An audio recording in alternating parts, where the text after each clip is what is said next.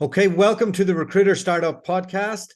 I am joined today by Matt Chambers, the CEO of Loxo, long time sponsor of the podcast, and we have been working with Matt really since he entered the UK marketplace. So great to finally get you on the show. I know we've talked about doing it for a while.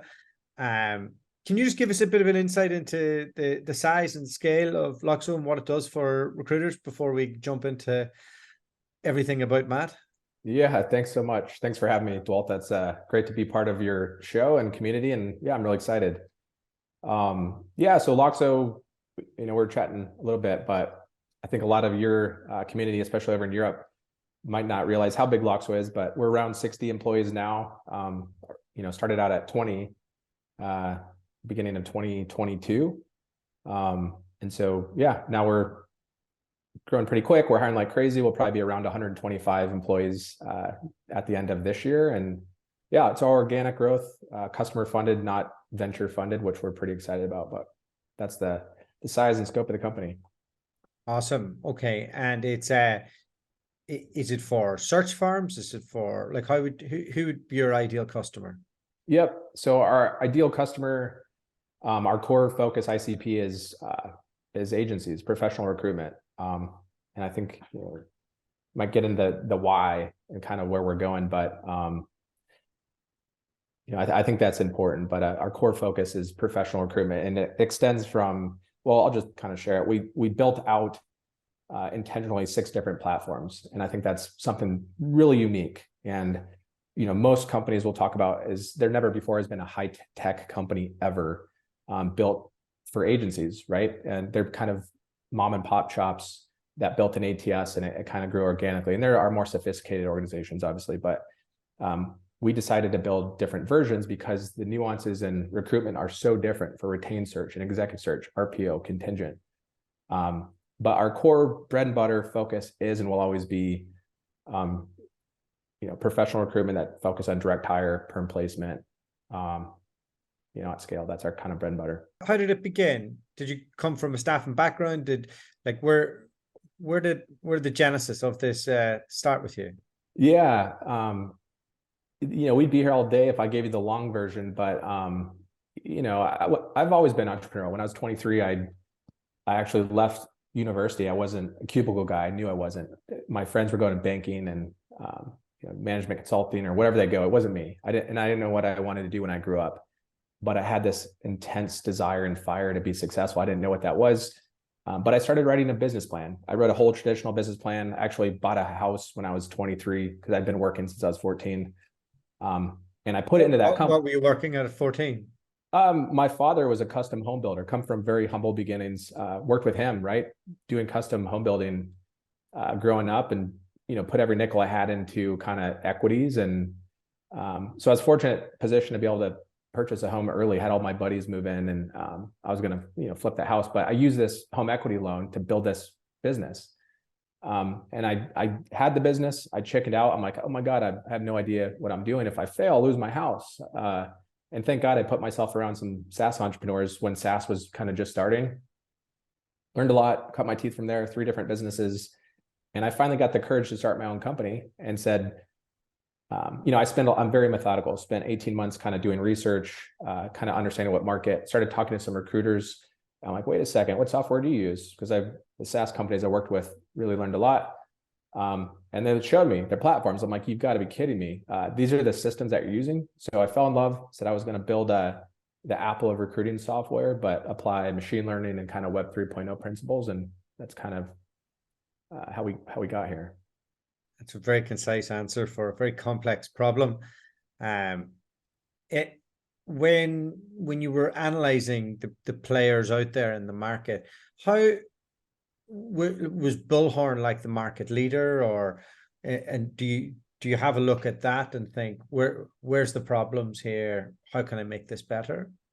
Yeah, great question. So I spent 18 months, and you asked if I've ever done recruiting. I'm a first principle learner, always have been. I can't solve a problem unless I do it myself. So I spent a lot of time understanding building a business model, conceptually researching, looking at the landscape, thinking about what's new and novel before I even entered it. Then when I entered it, I spent almost another 18 months. I tried recruiting, wasn't learning fast enough, went direct to an HR director that I knew, got my first search fee, right? Struggling, had no clue how to interview, nothing. And so then I'm like, I'm not learning quick enough. So I partner with 7 search firms in Denver, Colorado, in different segments, industry segments. And I started kind of learning from them and what tools to use, sourcing from them. And from that, started learning pretty quickly, started making split fees. I took those split fees and found some early contractors and UX designers. And that's how I started really putting myself in the tech ecosystem, that Techstars, find best in class designers and, engineers, and kind of built the core MVP, and then started trying to sell it to people and then kind of go from there. But, that's kind of how we started. How did you embed yourself in the recruitment community to get enough sales and traction? How does somebody who's not highly connected in the space come up with a conceptual idea, have 6 or 7 people that you're kind of working with, and then go from that to how many customers have you got at the moment? Yeah, over 13,000 globally, which is, I used to share this quite a bit. So, and you asked about Bullhorn. When we founded the company, I didn't care. I've never done this for the money. I don't care about being on TechCrunch. What I'm most passionate about is doing the impossible against all odds with a small elite team. That's my why. I like doing the impossible, but I'm also just curious and I like to solve problems. And I look at the world and I'm like, when I look at how recruitment was done and I learned about it, I realized like this is extremely inefficient. It's very manual, and there's a much better, more scalable way to do this. And you can also build gorgeous, elegant, delightful software. And so we had this North Star, right? We didn't know what it would necessarily be. We didn't know all the different pillars of the business, of course, but we never pivoted, never once. My co-founders like, this is remarkable. Most CEOs pivot all the time, or founders. We haven't. As we looked at the landscape, we started to get into it. It's like, wow, this bar is really high. It's going to take 7 years to build enterprise software to compete with the leaders, Bullhorn. If I would have known it takes 7 years to build enterprise software, no matter how much capital you have, I don't think we would have made it. Thank God we didn't. And it was brutal, right? 5 years in, we had maybe 6 years, we had 50 customers. People will not switch their platform. You have to be better than Bullhorn. It's hard. It's hard. And so 50 customers. And now in the last few years, we have over 13,000. There's not a single ATS CRM in the entire world that we're not beating consistent. We have an 87% win rate. So a lot is changing. I think it's going to change really rapidly. And I think Loxo's getting really excited. And we recently did a whole new website update. We are helping the world understand, we believe the future is a talent intelligence platform. An ATS, a traditional ATS, doesn't do anything. It's a database, it's a shell. Data goes in there in a black hole. You can't search it, does nothing. You have to bolt on half dozen different tools to gain efficiencies and be a professional recruiting org, sourcing tools and drip email tools and contact find over and over, right? And we could go on and on about this alone, but that world helped. When we built our vision, we built it into one. The market wasn't ready for a talent intelligence platform. It was too new. It was too big of a leap. Now it is. Now, when every single prospect that we talk to that are recruiting agencies, we say, what do you use or pay for? And they list a laundry list of 5 to 10 tools. And they're like, what are your problems and pain? I can't stand that we have to duct tape these all together. We're spending so much money. None of them work. They're not natively integrated. We have to train new team members on every solution, right? Nobody wants that. And so they're all getting rid of it. They're moving to Loxo. And, so we're pretty passionate about this and we're kind of going all in it. But yeah, that's kind of our.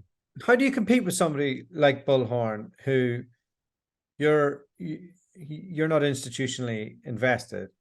So they clearly are. And anytime they face a problem, they just buy a company and bolt it on. Like they recently bought SourceBreaker and they'll probably buy the next thing. And it must be an incredible like person to take on that has such a market dominance. What's the unique thing that you're going to try and beat them on? Yeah, and I have the greatest respect in the world for Bullhorn and Art and the competitors that became before us, right? They paved the path, and we're grateful that the companies are out there. Competition makes everyone better. Amazing companies, right? But it's okay. We have a different view on the world. We would never attack companies head on either, because you're not going to win. But people do not understand, especially in Europe. In the US, we have a much bigger brand name, but in Europe, I think people, every time we talk to them, they're like, how have we not heard of you? How have we not realized this? And they see Loxo and it's like a mind-blowing epiphany. We do extremely well. Head to head, we do extremely well with Bullhorn. Unbelievably well. It's only going to continue. It's only going to continue. So the future of this market will be a talent intelligence platform. I have no doubt. What's a talent intelligence platform? Just for anybody who maybe like me isn't very technically. Yeah. So we had an all hands meeting about this yesterday, and we do all the time. And it took me a long time to understand this. We're creating a brand new category in a talent intelligence platform. No one's done this. And so you can't look around to Bullhorn. You can't look around to industry leaders and say, what is this? Define this. That's up to us, right? And yeah, Loxo was a smaller company, but we went for it. With 13,000 global customers, it works. And why this works and why the market knows and they validated it. Bullhorn has acquired Interstellar, Greenhouse acquired Interstellar. Bullhorn acquired Sourcebreaker, right? They keep acquiring bolt-on after bolt-on. Not just them, but all of these companies that kind of laughed at what we were doing are now doing the same thing. Same thing with iCIMS, right? iCIMS, giant company, unbelievable CEO, one of the best out there in the whole market. They were an ATS, and then they tried to acquire point solutions, and each one was just like what Loxo is doing. Yeah, that's what every company is doing, because you can't build one of these pillars. It takes 7 years to build. We built this from day one, so we feel very comfortable competing against the legacy ATSs. It's not just Bullhorn, right? Bullhorn's got the best brand name in the market, but and all the players, right? Sure, we could go on and on and on and list them. A lot of them. Venturi just got out of, was acquired by Access. And I think they actually have moved right beside me here. I haven't met up with them yet, but I'm in Gibraltar, and they've the guys who sold Venturi are just down the road. The interesting piece here from a recruiter's perspective is, when I have a small recruitment company, and let me tell you, it's tough taking people in and trying and getting them using all the tech and that.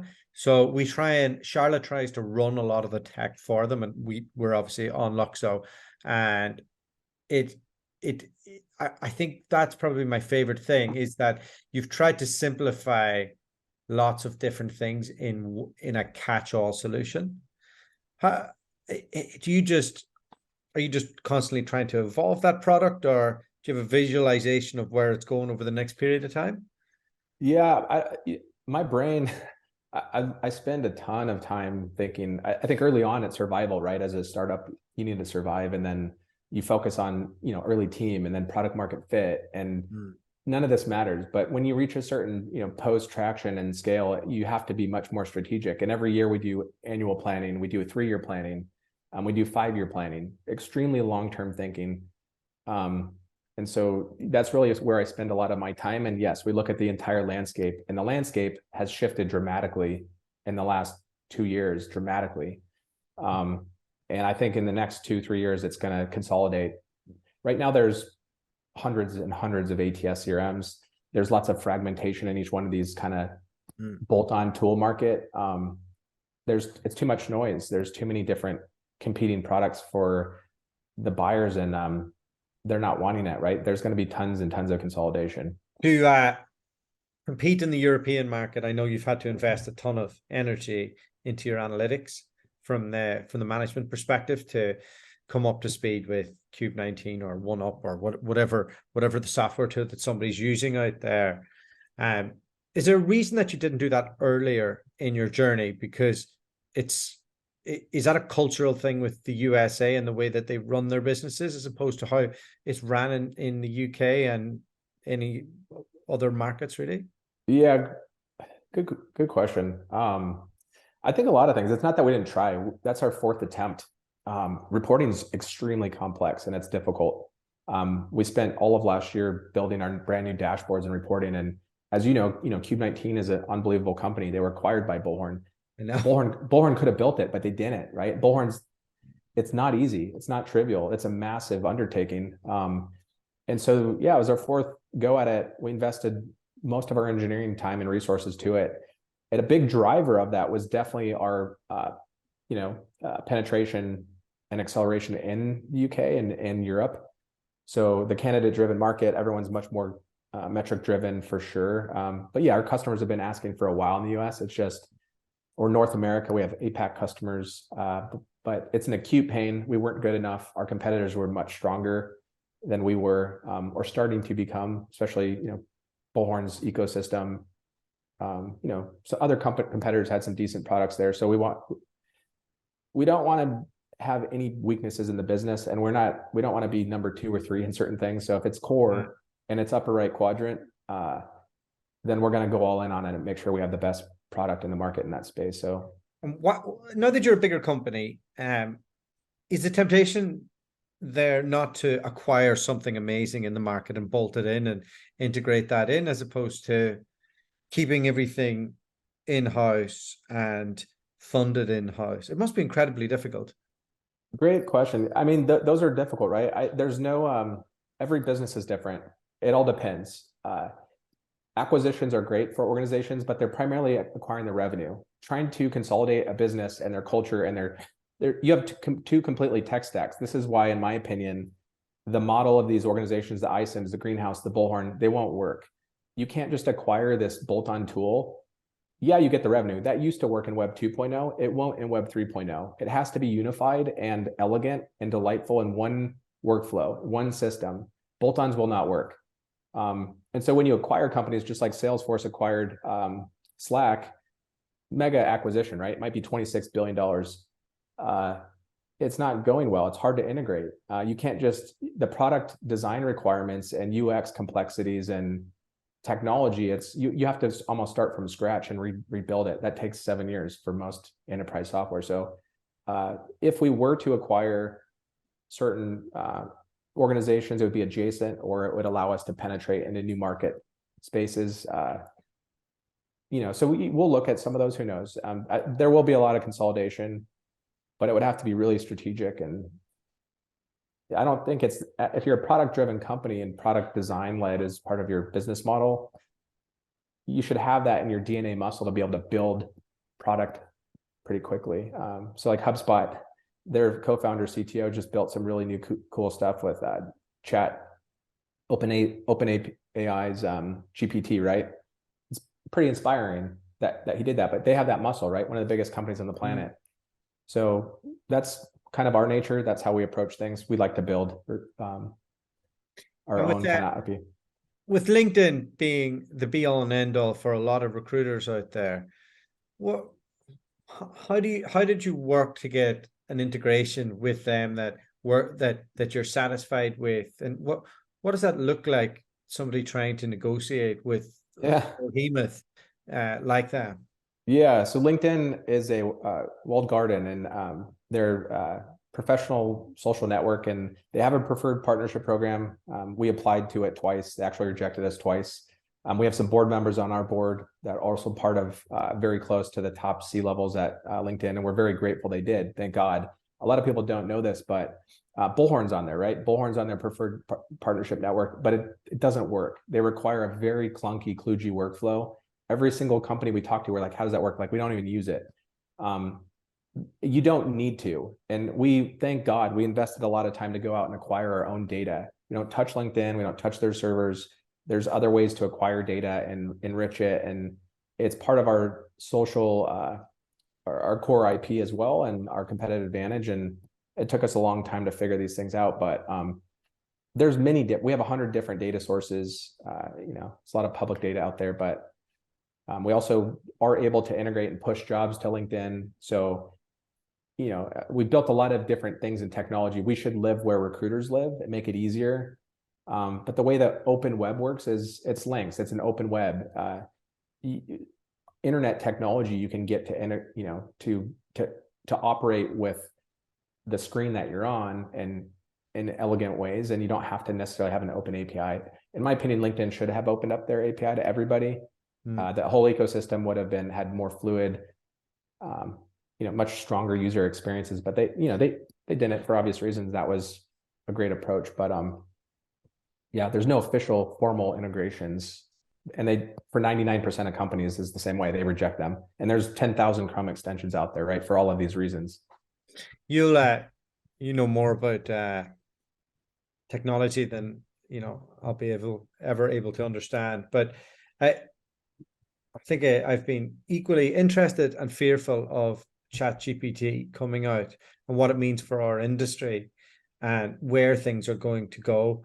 As somebody who's close to what's happening out there, how do you think it's going to affect things, and how quickly? Give me an insight into what the future looks like. Yeah, it's terrifying for everybody, right? I think the jobs of the future don't even exist yet today, right? So our children's generation, but it's been like that since the time of cavemen, right? And technology helps to make people more productive, and they can focus on higher value activities. The days of post and pray, people are not adding value. That's too easy. That's lazy recruiting. Recruiting agencies, professional recruiting orgs, they don't do that anyway. When job boards popped up, everyone said the same thing, right? Oh my God, Indeed, Career Builder, they're all going to replace us. That didn't happen. It became their best tool. So we have a long way to go. Technology will make, and our goal, our customers are professional recruiting organizations. We need to make them super recruiters, but you're going to be able to make a lot more placements per recruiter with less work. So it's more profitability. But it's going to, in my opinion, you'll look more like a tech company, and you might even have like marketing, high-level marketers building different kind of drip campaigns and optimizing those versus just people you have your traditional research and sourcing model. You have your, full desk or 180 degree model. It's going to evolve with the technology, in my opinion. It won't replace recruiters. Yeah, I kind of feel for a long time, it's probably going to replace a lot of the heavy lifting. It will require somebody with a brand that can do trust and that piece, and that can just point the magic wand at a certain thing and it pulls up the list, and then there should be enough intelligence to show where these people should go and at which time. And it's a fascinating thing. I just can't see how the traditional telephone way of communication is going to keep on going for the next 20 years the way it did 20 years before, because younger people now don't use the phone in the same way. Yeah, I mean, everything you're talking about, I think, is on front and center for every recruitment organization, every business, and it should be. In my opinion, though, our job is to be a technology partner for the best recruiting organizations, and you shouldn't have to worry about that. We need to stay ahead of it. If Loxo doesn't exist, you have some high-tech companies that primarily build software for the in-house corporate. You need a more sophisticated, intelligent, platform and partner, and that's our goal. People will not fall behind, but the market will shift and evolve, and I think that's also part of our DNA.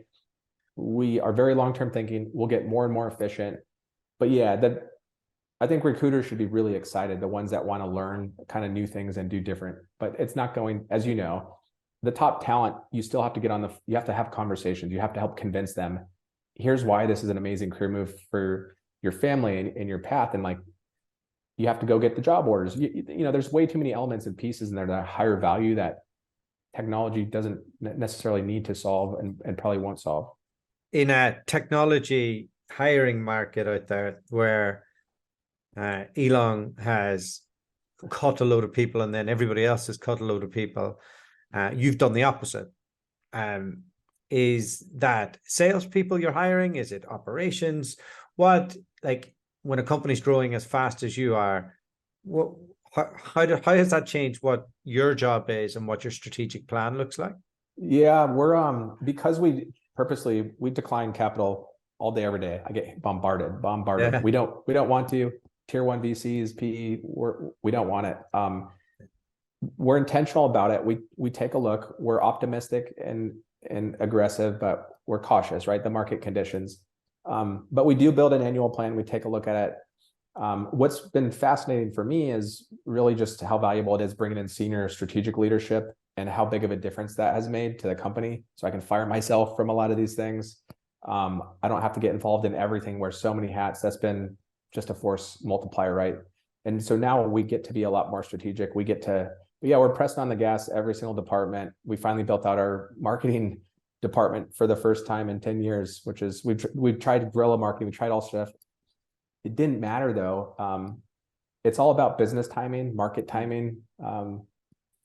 And now, yeah, we've always been product led. We invest every nickel into the product for a long time. Venture funded companies are the opposite. They hire a lot of sales, go to market. You go try to ask customers what to build and they try to build it. We're the opposite. Started with a vision, strategy. We built it.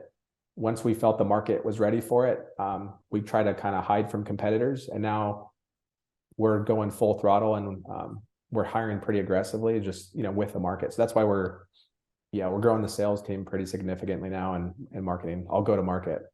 Where does Loxo, what does Loxo look like in 3 to 5 years? Yeah, so our goal, we're very ambitious with this now. We want to have 75% market share within the professional recruitment space. So 7 out of 10 agencies, executive search, recruiting agencies globally on Loxo. And let's talk with our team. I think a lot of platforms are an ATS or a CRM or a sourcing tool or a drip email tool. Our goal, and I didn't know when we founded it wasn't necessarily this goal, it was to solve the problem. As we see it, we believe that Loxo is special. We believe the team's special. I think our mission is to be the greatest recruiting software company of all time. So that's a 10-year goal. I think we can get there, but short term, 3 to 5, 75% market share globally within the agency side. Talk to me about the statement you put out the other day on Loxo for free Loxo for everybody. What's the story? Yeah, mind blowing, right? We're getting internally all over the whole ecosystem. It's been pretty remarkable, the buzz, but this took a lot of thought. It wasn't an easy decision. Here's the reason why. Nobody understood what a talent intelligence platform was. It was too early. It was way too early. Over time, like I shared, every single recruiting agency we talk with, they pay for all these point solutions. They pay for them. Now they understand the value. They're paying $200 a month for this tool. They're paying $20,000 a year for this tool. The market is dying for it. They're ready, and it's time for us to help define that. An ATS and a CRM is part of that. That's the difference between a drip email tool or a regular traditional recruiting CRM. It's all part of it. And so the ATS and CRM for us, we believe that we offer so much value to the market and our competitors. I can see your customer success team jumping out the window though, Matt. Like how do you turn on the lights for the world at the same time? Like, yeah, just let me tell you the panic our team had when we started sharing these. Oh my God, we have enough people? How are we going to do this? Right? Yeah. And it's like it's okay. You build a big plan, you think strategically, but those are good problems to have, right? It's a good problem to have. If our site goes down and crashes, that's the holy grail. That's a good problem to have. It's not going to happen because we have backup contingencies, but this is a big deal. It's a really big deal. I believe we have the best ATS CRM in the entire market. We compete all day, every day. And now we do offer that for free. Companies on our competitors, the Bullhorns, the job adders, anyone, it's free. It's free.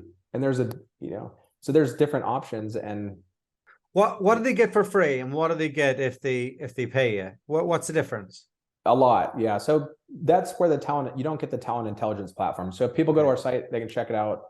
We actually offer a 14-day trial on the professional plan, that's everything Loxo has. It's the full plan. It's our data, outreach automation, Loxo Source, all of it on the website. But high touch customer service, onboarding, training.